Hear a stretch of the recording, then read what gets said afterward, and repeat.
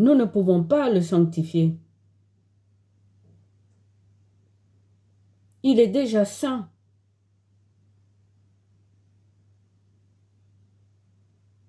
Dans la première version, c'est écrit « Tu es saint, fais-toi connaître ». Il est saint, c'est à lui de se manifester dans nos vies. Et c'est ce qui s'est passé pour les Hébreux, nos frères, qui ont beaucoup souffert. À chaque fois qu'ils tombaient dans les épreuves, et nous allons y venir, Dieu glorifiait son nom. Il glorifiait son nom. Ce n'est pas pareil qu'il sanctifiait son nom. Il est saint. Jésus-Christ dit, tu es saint. Fais-toi connaître. Donc, dire que ton nom soit sanctifié, on parle de glorifier le nom de Dieu. Donc déjà, ce n'est pas la même chose.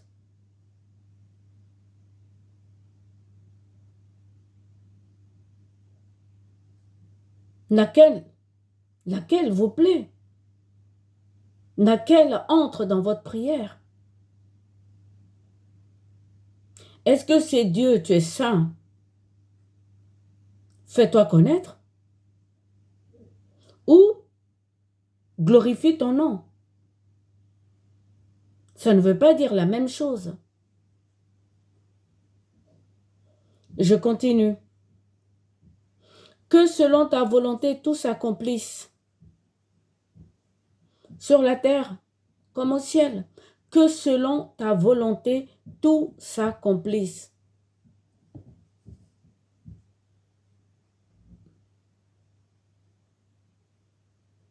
L'autre version dit que ta volonté soit faite sur la terre comme au ciel.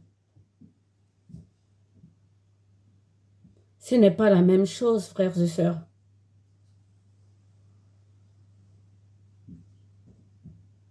Notre Seigneur Jésus dit que selon ta volonté, tout s'accomplisse. Lui-même, le Seigneur Jésus, il est venu accomplir la loi et les prophètes. Le mot accomplissement ici est très important. Lors de son agonie, il a dit que ta volonté soit faite et non la mienne. Lorsque nous disons que ta volonté soit faite sur la terre comme elle est faite au ciel, c'est une horreur. Tout simplement parce qu'au ciel, la volonté de Dieu n'est pas faite. Pas comme il le veut, pas comme il l'entend.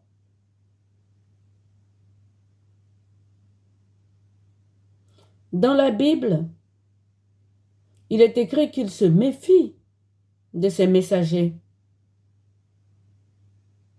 Et oui, l'Éternel, Dieu se méfie de ses messagers. Il y a Satan qui a chuté. Il a envoyé un tiers avec lui sur la terre, enfin dans le ciel. Justement, quand on dit que ta volonté soit faite sur la terre comme au ciel, déjà il y a plusieurs cieux. Saint Paul est monté au 3e.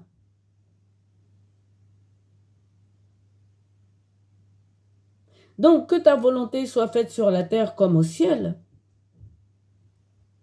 la volonté de Dieu n'est pas faite.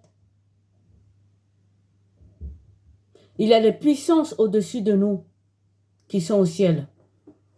Peut-être qu'ils sont au 1er ciel, peut-être qu'ils sont au 2e, peut-être qu'ils sont au 3e. Lorsque le Père a élevé notre Seigneur Jésus-Christ pour le faire asseoir à sa droite, il a dit, je ferai de tes ennemis le marchepied de ton trône. Et ces ennemis, ce n'est pas nous. Ce sont les dominations, les puissances, les vertus, les seigneuries. qui sont au-dessus de nous. Donc, lorsque le Seigneur dit que selon ta volonté, tout s'accomplisse, il voulait dire que tout s'accomplisse. Et cette traduction qui dit que ta volonté soit faite sur la terre comme au ciel, ce n'est pas une bonne traduction, même si le sentiment est bon. Parce qu'au ciel, je ne vais pas me le répéter, mais vous le savez, il y a un tiers qui sont tombés. Le premier, le deuxième, le troisième ciel, on ne sait pas qui habite là. Ce sont des puissances qui sont des ennemis, des humains et du Fils de Dieu. Je continue. Le pain de la journée, donne-le-nous aujourd'hui. Très bien, donne-nous aujourd'hui notre pain de ce jour. Ou donne-nous chaque jour le pain qui nous est nécessaire. Rien ajouté. Tout vient de Dieu. Le Seigneur nous dit chaque jour suffit sa peine. Je continue. Remets nos dettes comme nous remettons à qui nous doit. C'est important, frères et sœurs. Nous sommes endettés. Et nous le verrons. L'autre traduction dit, pardonne-nous nos offenses comme nous pardonnons à ceux qui nous ont offensés.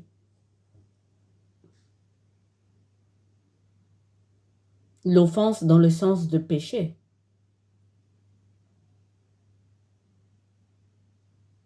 Dieu nous a pardonné nos péchés. Il est écrit, je ne me souviendrai plus de leurs fautes. Jésus-Christ, notre Seigneur, a pardonné nos péchés.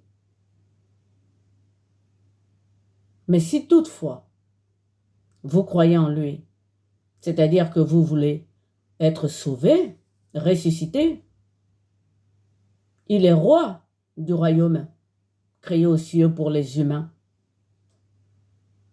Il nous a rachetés par son sang.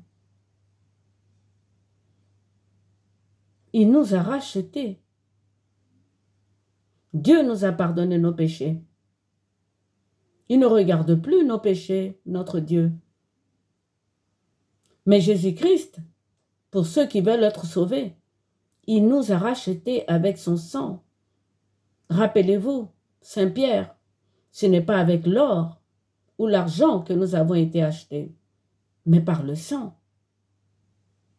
Et donc le mot racheter, acheter, nous dit que nous avons une dette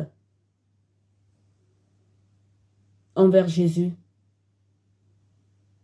La dette que nous avons, ce n'est pas une dette de sang, mais une dette d'amour les uns pour les autres. Donc cette version qui dit « remets nos dettes comme nous remettons à qui nous doit », cette version est plus juste, car nous remettons les dettes à ceux qui nous doivent, c'est-à-dire ceux qui nous ont offensés, qui ont eu des manquements envers nous. Plus encore, ceux que nous n'aimons pas, excusez-moi, il y a des gens que nous n'aimons pas qui nous ont rien fait. Il y a des gens qui ne nous plaisent pas et ils nous ont rien fait. Il y a des gens, leur présence, on ne peut pas supporter, mais ils nous ont rien fait. Et nous devons nous aimer les uns les autres, nous supporter les uns les autres. C'est tout ce que Jésus-Christ nous demande en retour de la dette que nous avons envers lui parce qu'il nous a rachetés.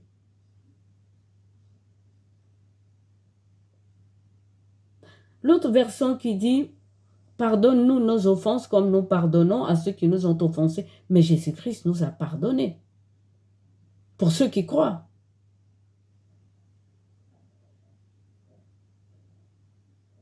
C'est pour ça que moi personnellement, je pense que remet nos dettes, puisqu'il nous a déjà pardonné. Le Saint-Esprit lui-même le dit, c'est écrit, je ne regarderai plus leurs fautes. Alors donc nous sommes pardonnés. Mais parce que nous avons été rachetés par le sang, Jésus-Christ ne nous demande pas de verser notre sang, même si la détresse, la souffrance fait partie du salut. Ce sont nos ennemis, ce sont les persécuteurs qui nous font ça. C'est l'adversaire. Mais ce que nous demandons, nous, c'est de nous aimer les uns les autres, nous supporter les uns les autres. Vous voyez que déjà, pourquoi la traduction est très importante. Mais ne nous arrêtons pas là, continuons. Ne nous mets pas à l'épreuve et garde-nous du malin.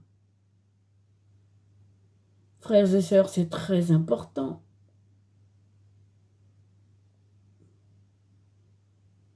L'autre traduction ou les autres traductions, vous verrez dans toutes les Bibles. Ne nous laisse pas entrer en tentation, mais délivre-nous du mal.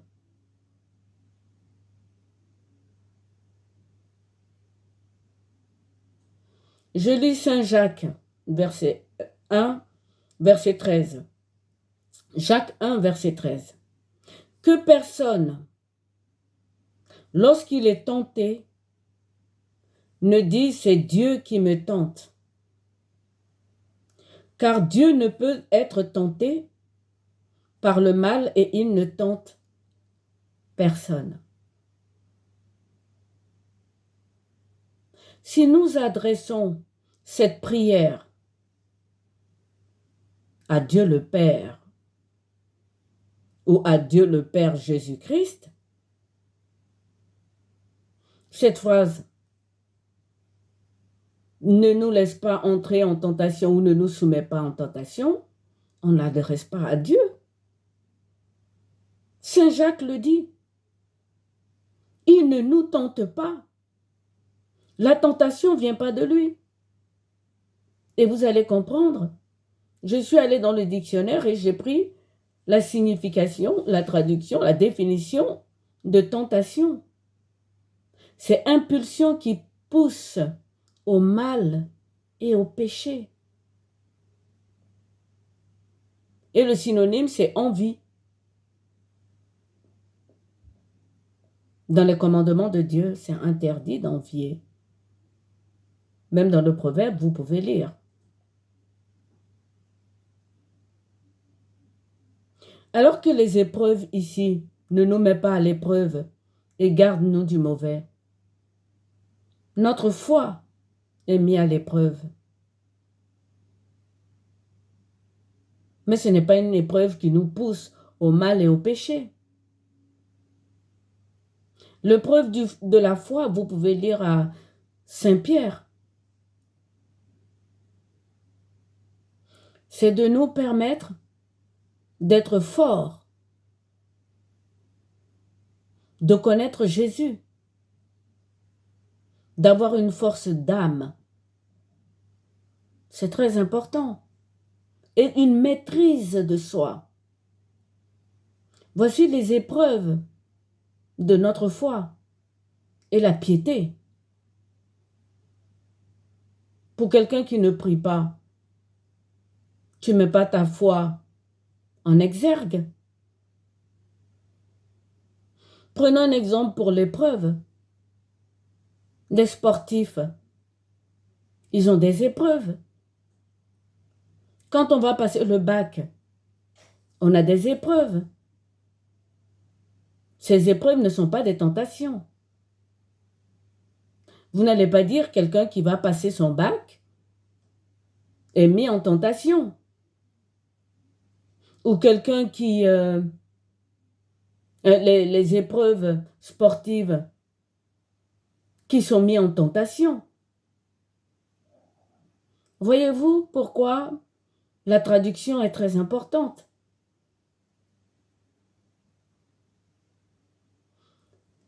Ne nous mets pas à l'épreuve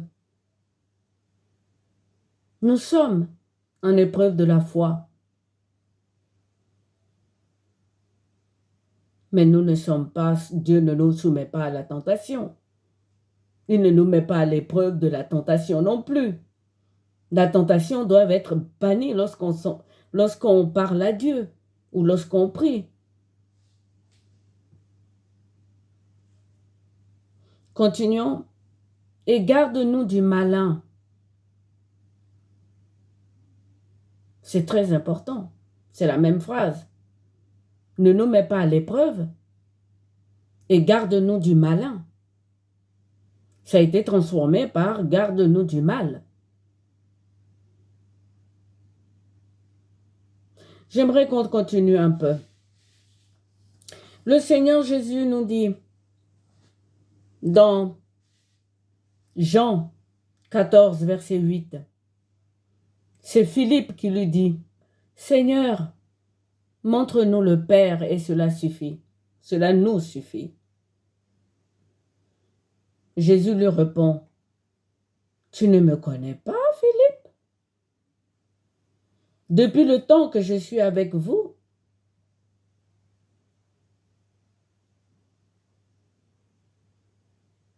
notre Père est adressé à Jésus-Christ.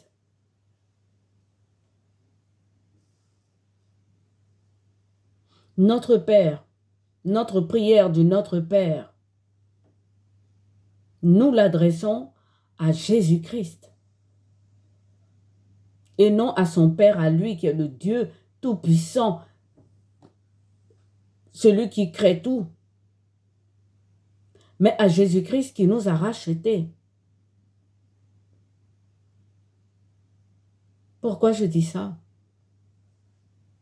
Parce que Saint Paul nous dit clairement que tout a été mis sous les pieds de Jésus et qu'il doit régner. Oui, c'est le terme qu'il a employé. Il doit régner jusqu'à détruire la mort, le dernier ennemi que Jésus-Christ doit détruire, c'est la mort. Et c'est seulement après ça qu'il va remettre le pouvoir à son Père. Le Notre Père que nous prions est adressé à Jésus-Christ. Et c'est lui, Jésus-Christ, qui l'a dicté.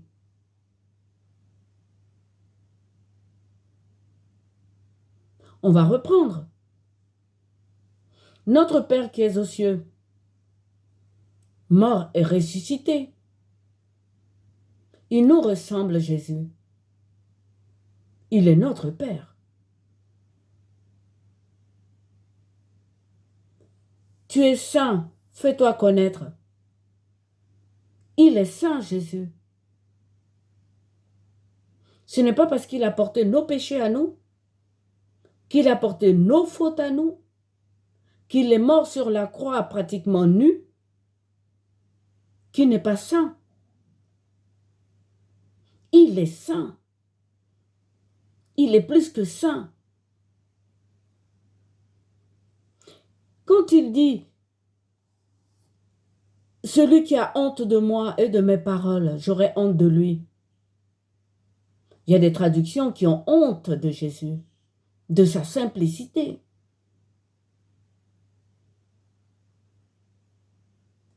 Notre Seigneur dit en Jean 14, verset 30, « Je ne parlerai plus guère, car le prince de ce monde vient. Il n'a rien en moi. »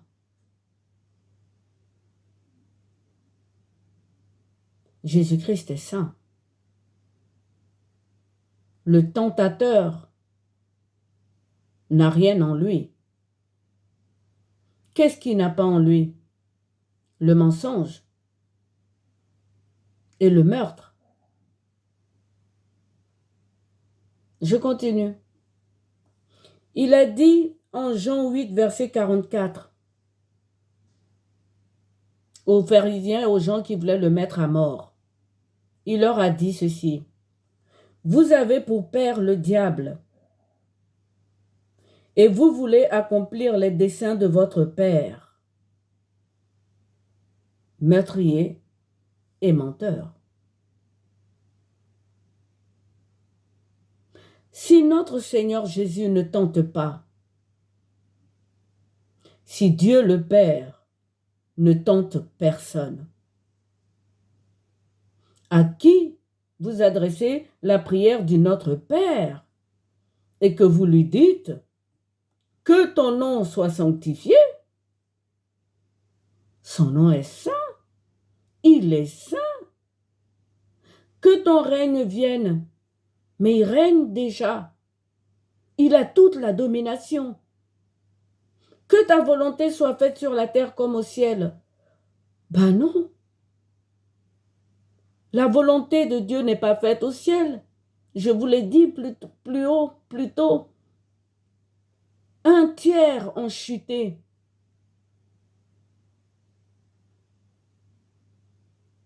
C'est Satan qui les a fait chuter. Et il est écrit dans la Bible, lisez. C'est Job qui le dit dans la souffrance. Dieu se méfie de ses messagers. Les messagers, ce sont les anges. Et je le répète, Jésus-Christ est monté, il s'est assis à la droite de Dieu le Père pour que ses ennemis soient mis sous ses pieds. Et ses ennemis sont au ciel. Je continue. Dans Isaïe, Isaïe 9, verset 6, il est dit ceci. Car un enfant nous est né, un fils nous est donné, et la domination repose sur son épaule. La domination repose sur son épaule. Il règne. La domination, il doit régner jusqu'à détruire la mort. C'est son dernier ennemi, la mort. Jésus est saint.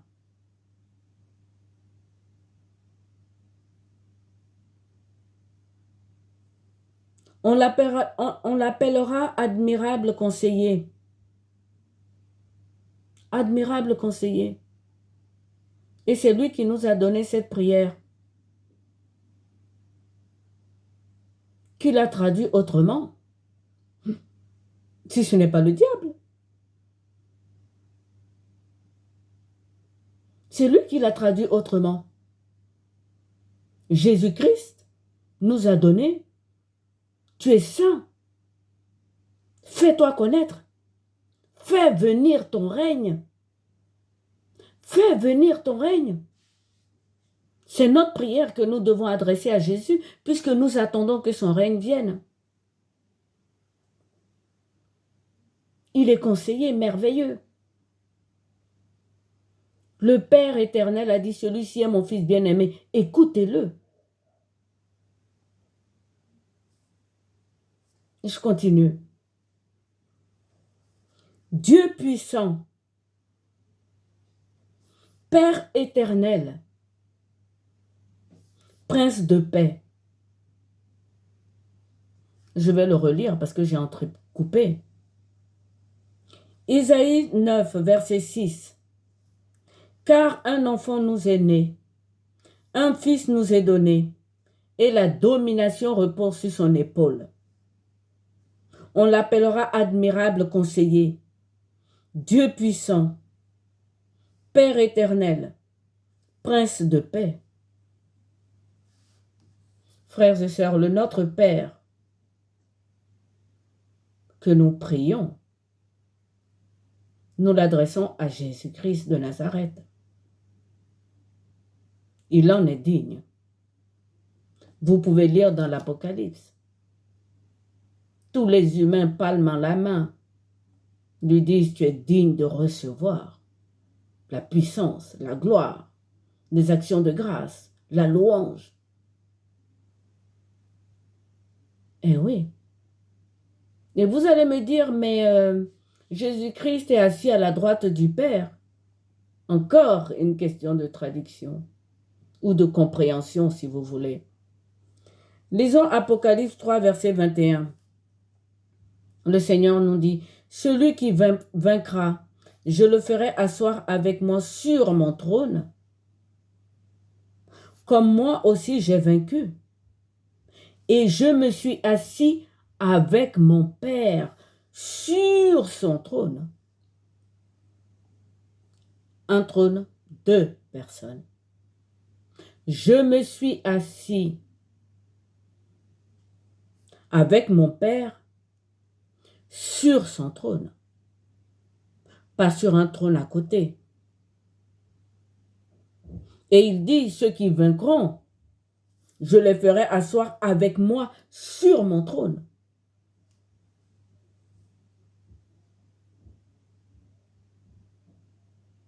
Frères et sœurs, la prière du Notre Père a été dictée par un merveilleux conseiller qui est aussi Dieu puissant. La domination est sur ses épaules. Père éternel, c'est le nom que lui a donné son Père.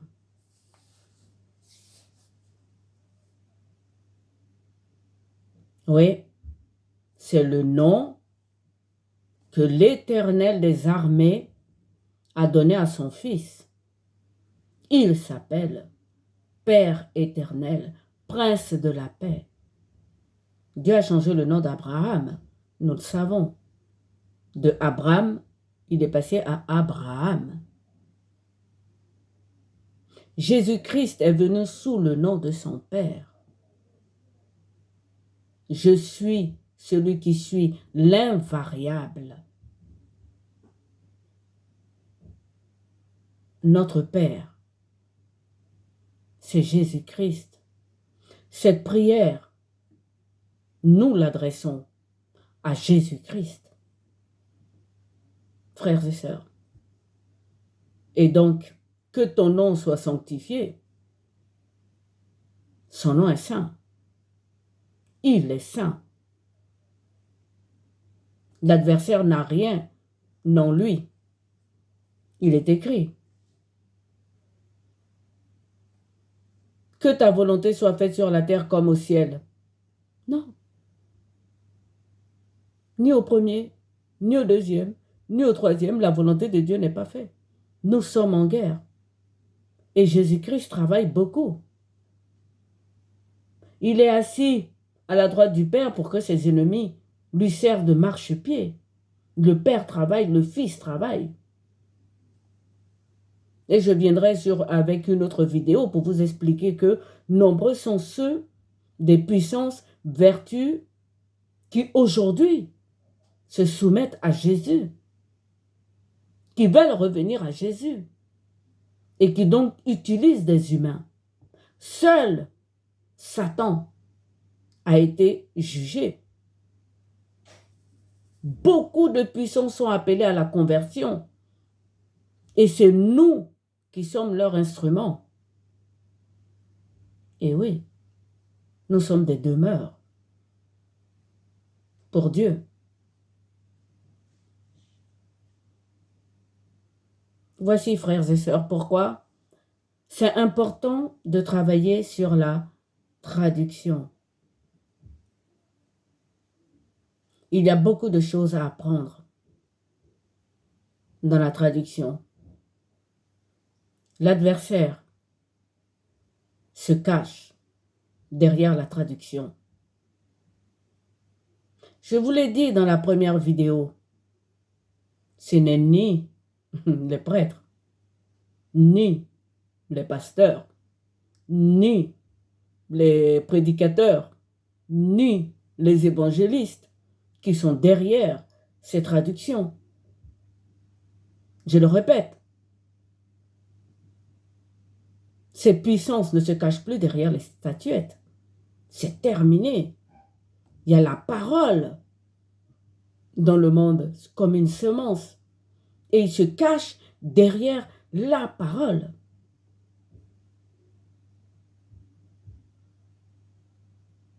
Qu'est-ce que les hommes ont à transformer le Notre Père? le merveilleux conseiller, lui-même, il a dicté simplement.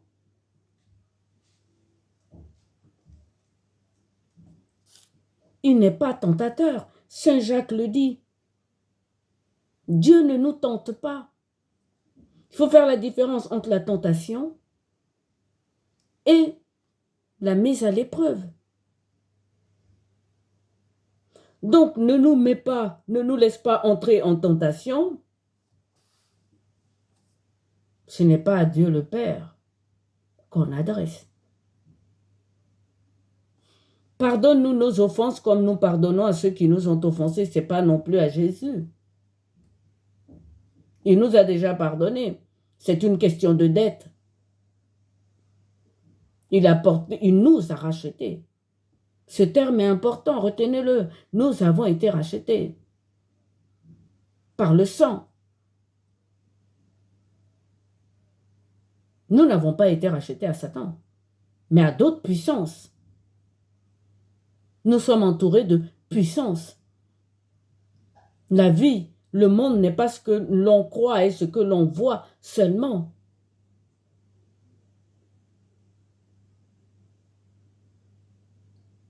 Même si Satan règne sur le monde, comme il l'a dit à Jésus, tout m'a été donné. Soumets-toi à moi pour que je te donne tel royaume. Mais seulement le monde et les cieux. Il n'y en a pas qu'un seul. Voilà pourquoi, frères et sœurs, la traduction est à la base de la compréhension de la Bible. Quelqu'un qui s'assoit, qui dit « Notre Père qui es aux cieux, que ton nom soit sanctifié, que ton règne vienne, que ta volonté soit faite sur la terre comme au ciel. » Le Père va dire « Mais il parle à qui là? Que mon nom soit sanctifié. Je le glorifie, mon nom est saint, je suis saint. Pardonne-nous nos offenses, mais je vous ai déjà pardonné. Je vous ai donné mon fils, il est venu mourir pour vous. Ne nous laisse pas entrer en tentation. Quoi? Mes enfants que j'aime tant? Je les aime tellement que je leur ai donné mon fils unique, ils me disent que moi je les tente. Les mots sont importants. La parole est Dieu.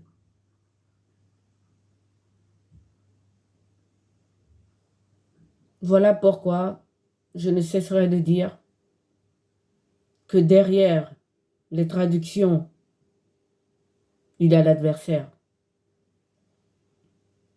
Et il n'y a que nous